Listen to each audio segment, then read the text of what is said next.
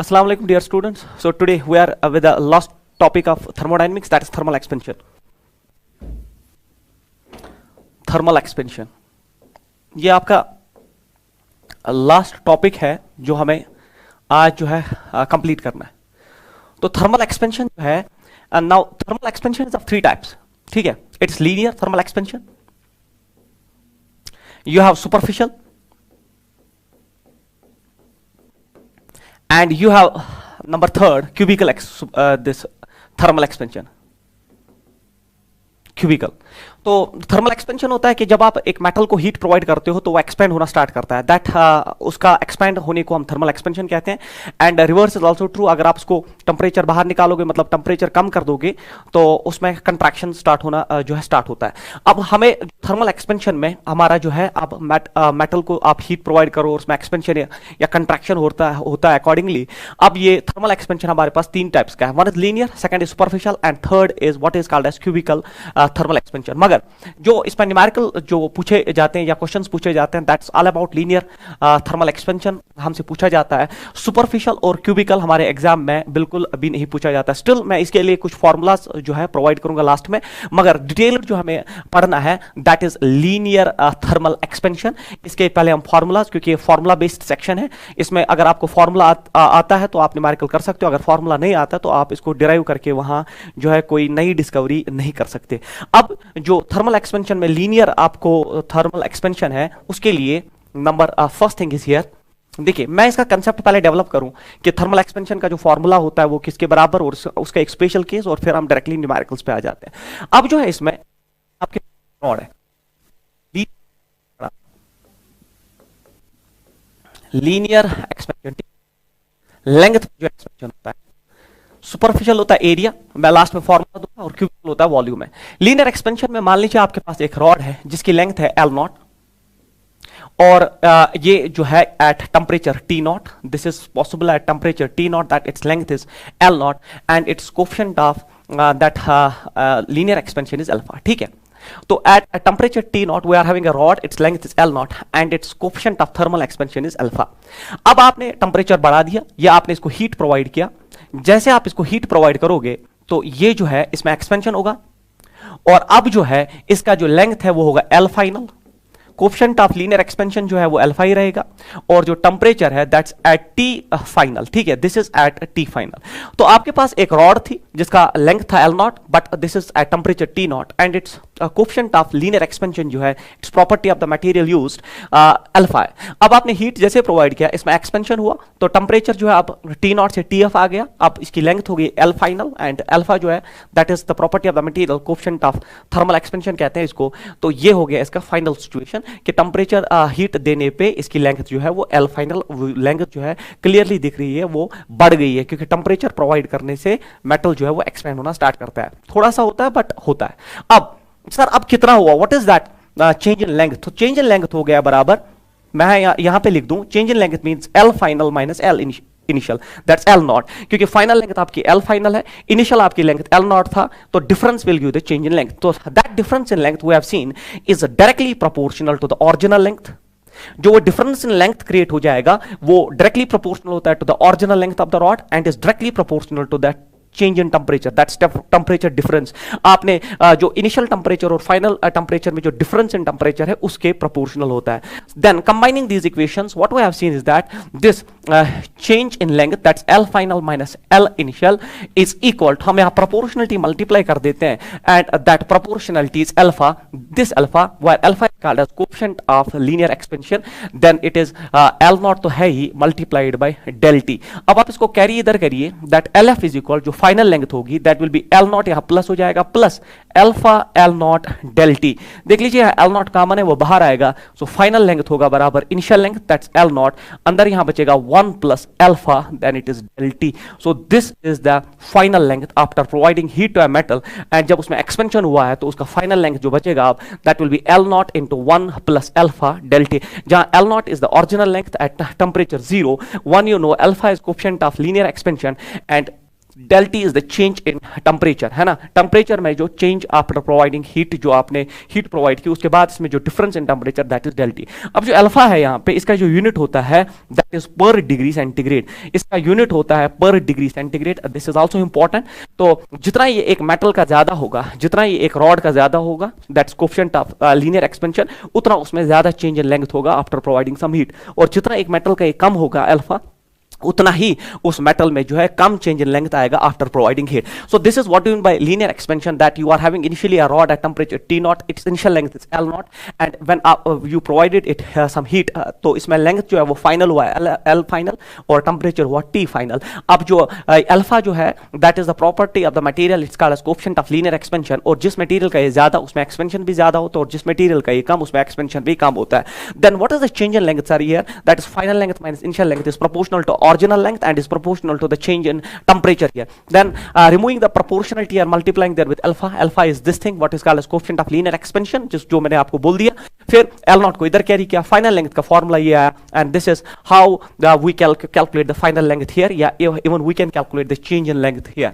अब इसमें एक स्पेशल केस बनता है, तो फॉर्मूला तो अब आपके पास है, अब इसमें एक स्पेशल केस बनता है, this is special case, and that is जो रिसेंटली आपके एंट्रेंस में पूछा गया। तो स्पेशल केस जो है, इसमें मैंने जेडब्ल्यू के भी न्यूमेरिकल हैं जो, और जब आप देखोगे आपको लगेगा इतना आसान पूछा जाता है। ये तब आसान होता है जब आपको इसका कंसेप्ट और फॉर्मूला पता हो। अगर आपको फॉर्मूला पता नहीं तब आप ये डिस्कवर वहां नहीं कर सकते एग्जाम में, ये आप याद रखिए। स्पेशल केस ये है that what ever be the change in temperature, what ever be the change in temperature, what ever be the change in temperature, difference in length remains same, difference in length remains same। ये important है। इसका ये मतलब है कि temperature में कितना भी आप चेंज करो, ठीक है, difference in length remain same. इसका क्या मतलब है सर, ये न्यूमेरिकल जो है इस सेक्शन से पूछे जाते हैं। यहां से आप देख लीजिए क्या मतलब है इसका। मान लीजिए बच्चों आपके पास ये एक रॉड है, this is rod number first, and this is, I will use a different color here to make it clear, this is rod number second here, this is a rod number 2, ठीक है। मान लीजिए इसका length जो white वाला है ना, white वाला जो है आपका, मान लीजिए उसका लेंथ है L1 और उसका कोएफिशिएंट ऑफ लीनियर एक्सपेंशन है अल्फा 1, ठीक है। और जो येलो वाला है रॉड, उसका लेंथ L2 है, उसका coefficient of linear expansion alpha 2 है।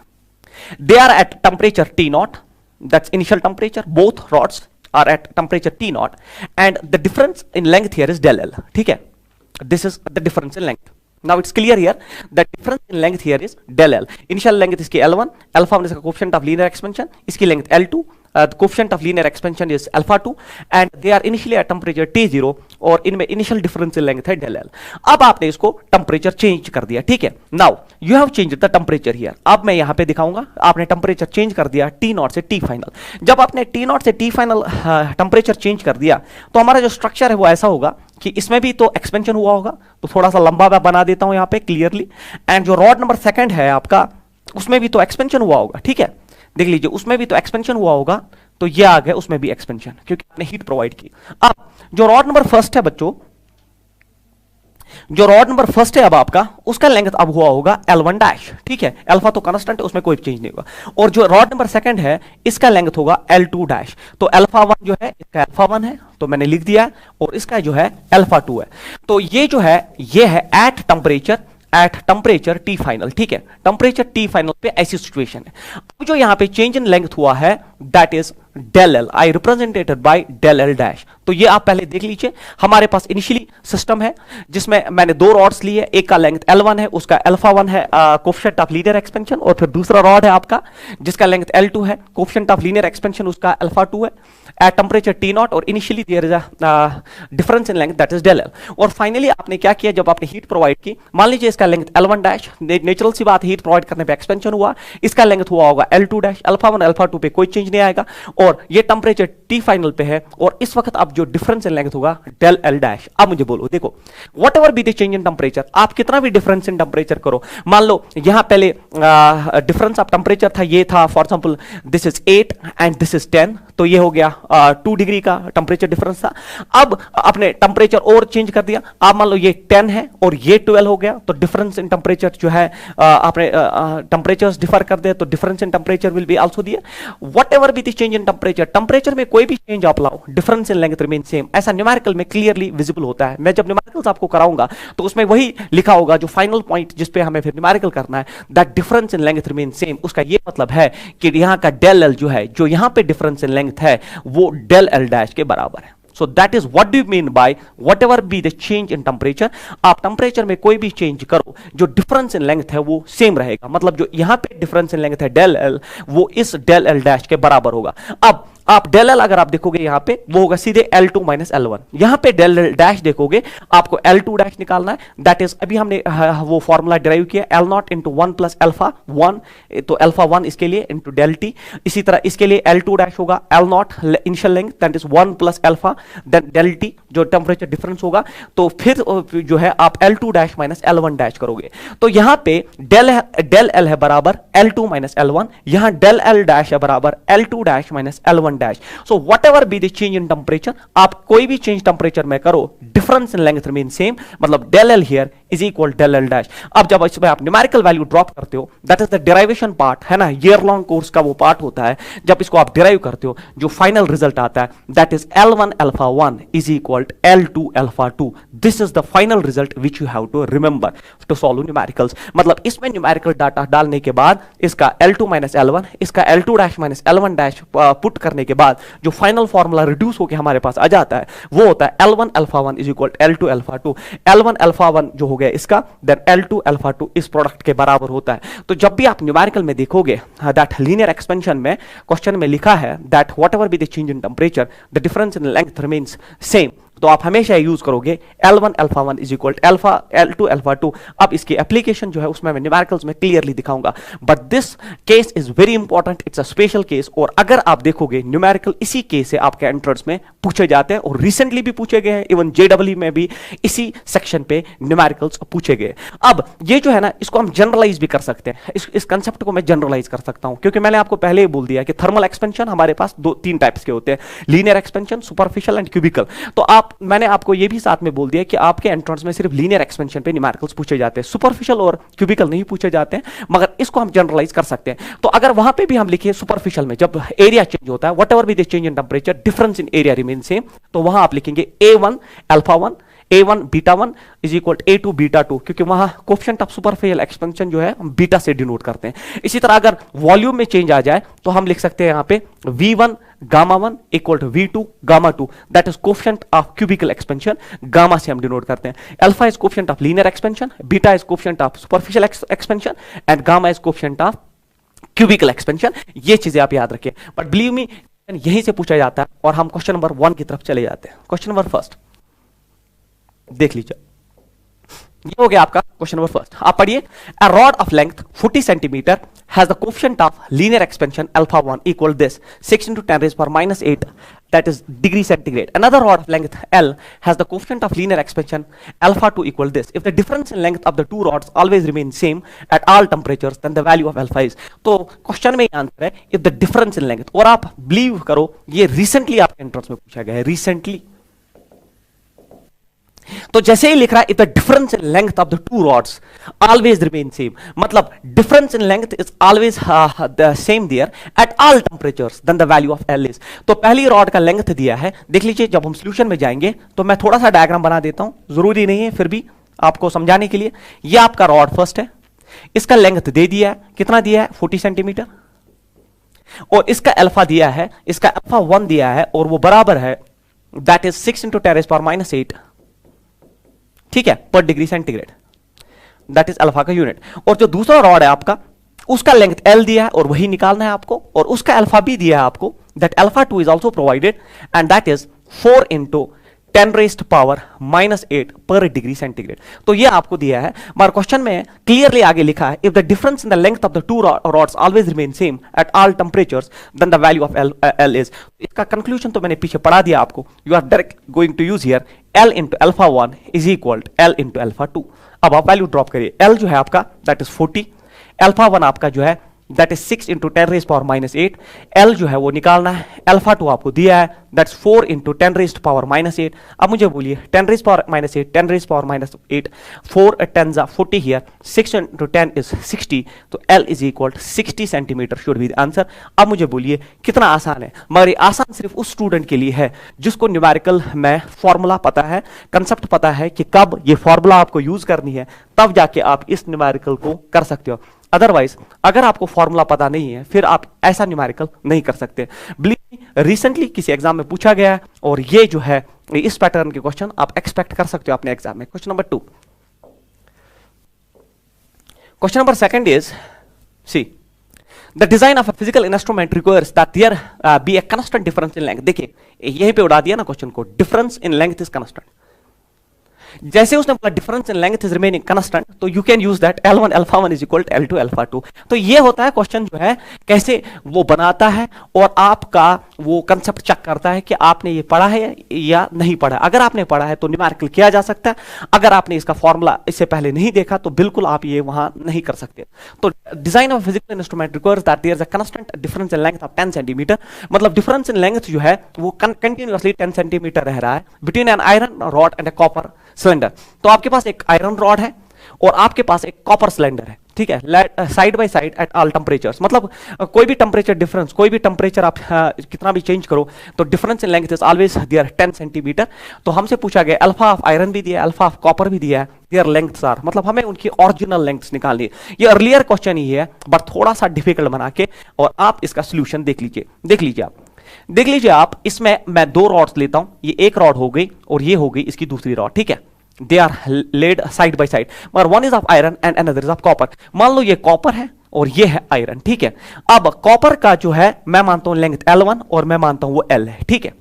और जो डिफरेंस इन लेंथ है ना वो ये बोल रहा है किसी भी टेंपरेचर चेंज पे वो 10 सेंटीमीटर ही रह रहा है, ठीक है। The difference in length is constant here, that is 10 centimetre length जो है वो कंटिन्यूअसली डिफरेंस रह रहा है, आप टेंपरेचर कितना भी चेंज करो। मैं कॉपर का इनिशियल लेंथ मानता हूं L1 इक्वल L, और आयरन का L2 जो होगा वो डेफिनेटली होना चाहिए ना फिर L प्लस 10, है ना, क्योंकि difference in length is always remaining there 10। तो अगर L1 इक्वल L है कॉपर का, तो आयरन का L2 लेंथ जो है वो हमेशा होगा L प्लस 10, क्योंकि आप टेंपरेचर कितना भी वैरी करो, इसमें तो क्वेश्चन में क्लियरली लिखा है that the difference is always remaining same and that is 10 centimetre. अब हमें अल्फा दोनों के दिए प्रोवाइडेड है, हमें L1 भी निकालना और L2 भी निकालना है, and there are options for that L1 and L2। अब आप कैसे करोगे, देखिए क्वेश्चन में जैसे वो बोल रहा है that constant difference in length, तो आप लिख सकते हो ना that L1 alpha 1 is equal to L2 alpha 2। This is the key to solve numericals. L1 आपका L है, ठीक है, अल्फा 1, तो आप कॉपर का जो है आप यूज करेंगे कॉपर का alpha, what is that copper alpha, that is 17 into 10 raised power -6। L2 आपका जो है वो है L प्लस 10, एंड आपका अल्फा 2 प्रोवाइडेड आयरन का that is 11 into 10 raised power -6। अब ये बोलिए 10 raised power -6, 10 raised power -6 cancel out होगा, तो ये हो गया 17L इज इक्वल, ये हो गया बच्चों यहां पे 11L प्लस 110, है ना। तो ये 11L इधर आएगा तो ये बचेगा सिर्फ 6L इक्वल टू 110, तो L आएगा 110 बाई 6। अब आप कैंसिलेशन देखिए, तो इट इज 6 1 जा 6, तो यहां पे जो है बचा यहां पे आप 4, तो दैट इज 4 जो जैसे यहां बचा, क्योंकि 11 है तो 5 बचा, ठीक है, 6 8 जा, तो इट इज 18.3 हियर, तो L आपका आ गया 18.3। L जो है वो कॉपर का लेंथ है, तो अगर L आया आपका 18.3 तो मतलब L1 आपका आ गया बच्चों L इक्वल 18.3 सेंटीमीटर, 18.3 सेंटीमीटर, तो L2 डेफिनेटली होना चाहिए ना 18.3 प्लस 10, 18.3 प्लस 10, तो वो होना चाहिए 28.3 सेंटीमीटर। तो ये आ गया आपका L1 and L2। This is how to solve a question like this, जिसमें आपको इस वक्त डिफरेंस इन लेंथ जो है वो कंटिन्यूअसली रह रहा था, एज पर द क्वेश्चन वो कंटिन्यूअसली रह रहा था आपका 10 centimetre. After substituting the value in that original formula L1 alpha 1 equal to L2 alpha 2, वो finally got L1 equal 18.3 and L2 equal 28.3। तो ऐसा कोई ऑप्शन है 18.3 एंड 28.3, तो ये है आपका 28.3 सेंटीमीटर, है ना। तो आप ऐसे देख लीजिए, आपका पहला इन्वॉल्वड क्या है, आपका क्वेश्चन में जो है iron rod, that's L2, that's L2 here. तो 28.3, 13.3 गलत, 18.3। देखिए पहला ही ऑप्शन तो है 18.3 और दूसरा है 28.3, बाकी कोई भी ऑप्शन ऐसा नहीं है। ये 13.3 गलत है, तो इसमें भी ऐसा नहीं है। So option number first is the answer. मैं यहाँ पे मुझे लगा था कि ये एक जैसे ऑप्शन है, but it's 18.3 and this is 13.3। So this is question number second. Now question number third. Question number third जो आपका, आप पढ़िए इसको आराम से। Iron rod of length 50 centimeter is joined at an end to an aluminum rod of length 100 centimeter. All measurements refer to 20 degree centigrade. The coefficient of linear expansion of iron and aluminum are this and this. The average coefficient of composite system is. तो हमें यहाँ average जो है alpha निकालना है, average coefficient of composition। देखिए before going into this numerical, I will add a slide here and that is like this। देखिए ये एक important चीज है जो मैं यहाँ पे conceptually आपको इसमें add करूंगा और फिर आप ये जैसा न्यूमेरिकल कर सकते हो। सर वो क्या है? देखिए अगर जिसमें आपके पास दो रॉड्स है end to end like this, जिसको आप सीरीज अरेंजमेंट कहते हो, ठीक है, series arrangement of resistors, capacitors. तो आपके पास दो रॉड्स है, इट्स अ कंपोजिट सिस्टम, और इसका जो है अल्फा 1 है कोएफिशिएंट ऑफ लीनियर एक्सपेंशन और इसका अल्फा 2 है। इसका लेंथ मान लीजिए L1 है और इसका लेंथ है L2, ठीक है। ये आपका सिस्टम दिया गया है, it's called as a composite system. Composite system है आपका, जिसमें आपके पास दो रॉड्स हैं कनेक्टेड एंड टू एंड। इसको आप सीरीज अरेंजमेंट भी कह सकते हो। We call this as a series arrangement here, क्योंकि दो rods end to end connected है। इसका लेंथ L1, इसका लेंथ L2, इसका alpha 1 coefficient of linear expansion, इसका coefficient of linear expansion alpha 2। तो हमसे पूछा जाता है अल्फा इक्विवेलेंट। याद रखिए अल्फा इक्विवेलेंट जो है यहाँ पे दैट इज समेशन ऑफ, ठीक है, alpha divided by summation of L here. This is the formula जो आपको याद करनी पड़ेगी, क्योंकि वहां पे आपको डेरिवेशंस बिल्कुल भी नहीं करनी है। आपका ये फॉर्मूला जो, ये शॉर्टकट जो है, ऐसे सिस्टम को सीरीज सिस्टम में आप अगर अल्फा कंपोजिट निकालना है, इक्विवेलेंट अल्फा निकालना है, वो न्यूमेरिकली होता है summation of L alpha divided by summation of L। सो इसमें जैसे इसमें आप लिखेंगे L1 alpha 1 plus L2 alpha 2 divide by L1 plus L2, ये आपका सीरीज का हो गया। इसी तरह अगर आपके पास पैरेलल अरेंजमेंट है, मतलब ये आपका एक रॉड है और ये आपका दूसरा रॉड है, so this is called as parallel arrangement, ठीक है। तो ये आपका पैरेलल अरेंजमेंट कंपोजिट सिस्टम बना। सो पैरेलल है, ये L1 है, इसका अल्फा 1 है, ये L2 है, इसका अल्फा 2 है।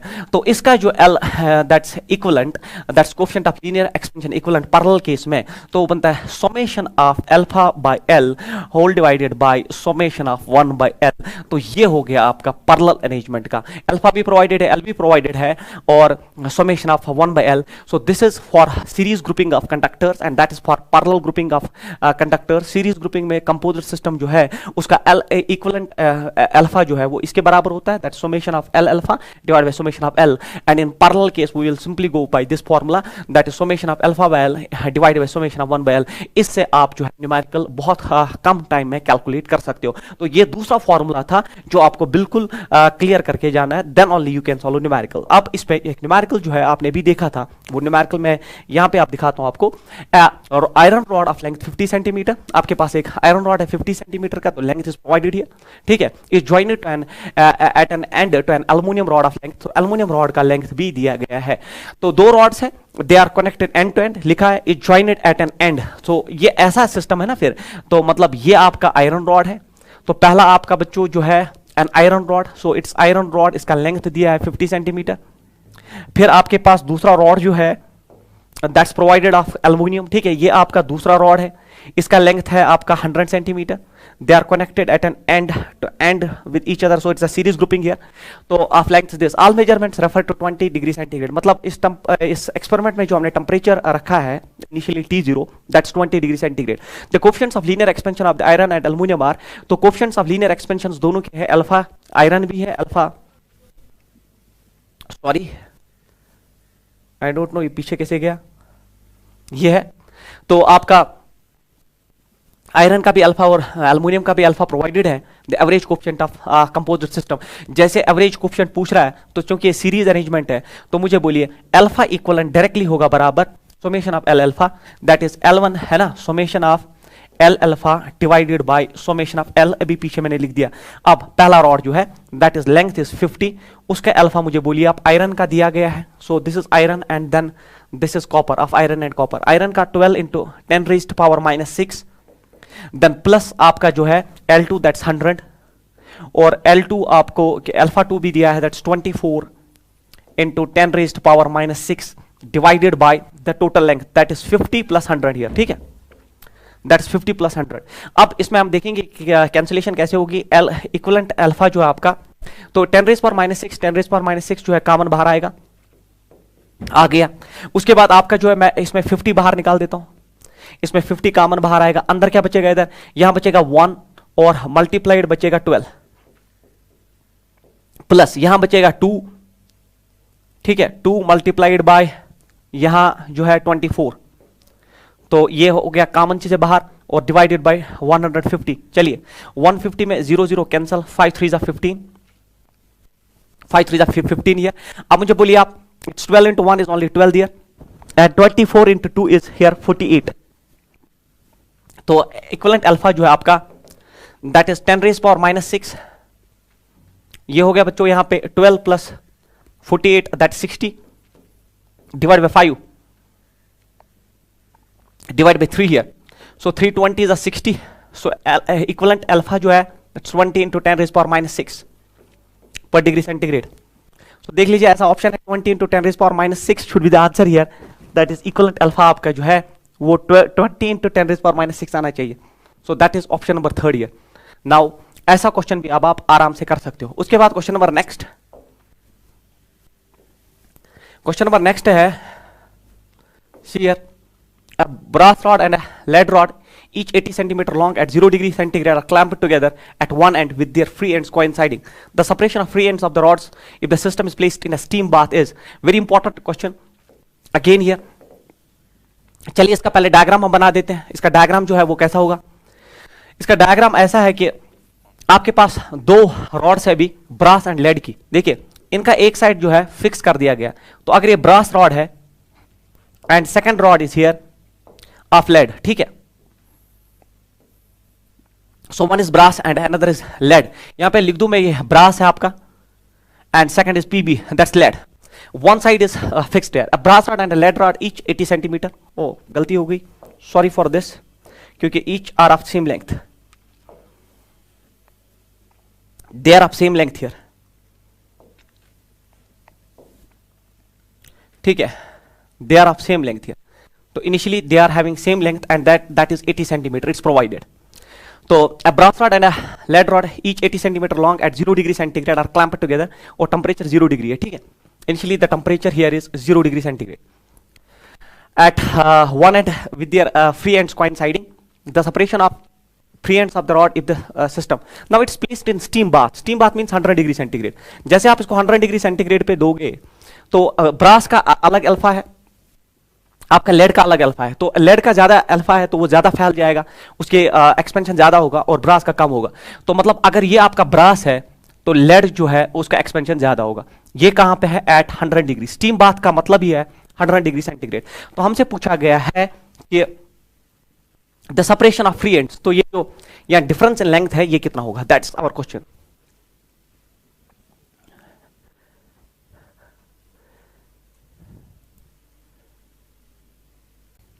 देखिए अब यहाँ पे आपका 0 डिग्री सेंटीग्रेड पे दोनों का लेंथ 80 सेंटीमीटर है और 100 डिग्री सेंटीग्रेड में there is difference in the length, so we have to calculate that as per the question, the difference in length.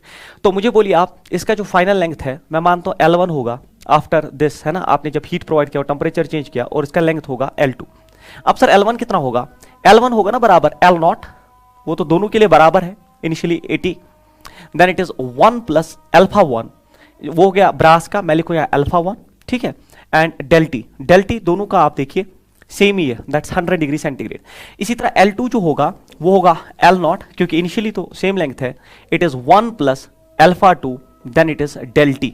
तो ये आ गया आपका। अब बच्चे क्या करते हैं एंट्रेंस में, L0 का वैल्यू यहीं ड्रॉप करेंगे, ब्रास का लेंथ 80, अल्फा 1 उसका ड्रॉप करेंगे, दिया है डेल्टी इज 100, फिर यहां से L2 कैलकुलेट करेंगे, they will go for huge calculations, but believe में उससे आपका जो आंसर है वो लंबा हो जाएगा। अगर आप इसको एक ही स्टेप में निपटाना चाहते हो तो आप लिखेंगे L2 minus L1, that is the difference in the length, है ना। L2 माइनस L1, इसका लेंथ L2 है और इसका L1 है, that is what we have to calculate. तो आप मुझे बोलिए, देखिए L0 यहाँ कैंसल आउट हो जाएगा और फिर इसमें L0 कॉमन हो जाएगा, तो L0 यहाँ कॉमन होगा और डेल टी भी कॉमन है, वो बाहर आएगा, दैट्स L0 डेल टी बाहर आएगा, तो अंदर बचेगा अल्फा 2 माइनस अल्फा 1, क्योंकि आपने L2 माइनस L1 किया, क्योंकि L2 में लेंथ चेंज ज्यादा है। तो L2 माइनस L1 जो हमें निकालना है इज इक्वल L0 इनिशियली 80 दोनों का, डेल टी 100 है, the difference in temperature here. Alpha 2 दिया है बच्चों, that is for lead 28 into 10 raised power क्या है -6, 10 रेस्ट पावर -6 माइनस इसका जो है दैट्स 18 इंटू ब्रास का 10 रेस्ट पावर -6। अब आप कैंसिलेशन करिए, देख लीजिए, देखिए आप 10 रेस्ट पावर -6 कॉमन आ जाएगा, 28 माइनस 10 होता है 10, so it is only 10 here, so it is L2 minus L1 here, it is it is 8, this is 10 raised power 3, है ना। ये हो गया बच्चों 10 और ये 10 raised power -6 है, तो that is only 10 raised power -5 now, 10 raised power -5 में से 3 बाहर आ जाएगा, तो ये बचेगा 8 इंटू 10 raised power -2 सेंटीमीटर। मगर आंसर हम देखेंगे सेंटीमीटर नहीं है, देखिए 8 इंटू 10 raised power -2 सेंटीमीटर होता है, 0.8 millimeter, so answer should be 0.8 millimeter. So this is how to go for a question like this. ऐसे क्वेश्चन को हम ऐसे सॉल्व करते हैं।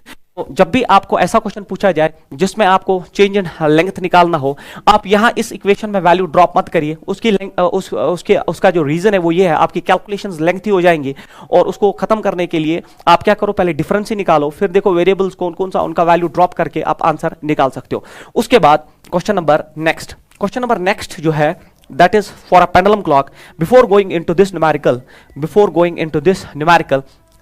I will add a concept here. तो लास्ट क्वेश्चन जो है that's based on pendulum clock। तो pendulum clock पढ़ाने से पहले मैं आपके साथ एक कंसेप्ट डिस्कस करने जा रहा हूं जो कि बहुत ही इंपॉर्टेंट है। वो ये है कि आपको पता है that change of temperature की वजह से what will be the change in the time period of a pendulum clock। अगर आप एक pendulum clock की बात करो तो pendulum clock का जो टाइम पीरियड होता है that's 2 pi root of L by G, है ना, क्योंकि पेंडुलम क्लॉक में एक सिंपल पेंडुलम जो होता है उसका जो टाइम पीरियड होता है न्यूमेरिकली वो होता है 2 pi root of L by G. अगर आप टेम्परेचर बढ़ा देते हो, पेंडुलम क्लॉक का टेम्परेचर अगर आप बढ़ा देते हो, तो if you are increasing temperature, अगर आप टेम्परेचर बढ़ा देते हो, हमने देखा है लेंथ में एक्सपेंशन होगा, जब लेंथ में एक्सपेंशन होगा तो L इंक्रीज होगा, अगर L इंक्रीज होगा तो T जो है इंक्रीज होगा। T इंक्रीज होने का मतलब टाइम जो है वो इंक्रीज हो रहा है, टाइम इंक्रीज होने का मतलब पेंडुलम क्लॉक का टाइम इंक्रीज होने का मतलब क्लॉक जो है वो स्लो हो जाएगा। That is what is the effect of temperature on the time period of a pendulum clock. Effect of temperature on the time period of a pendulum clock,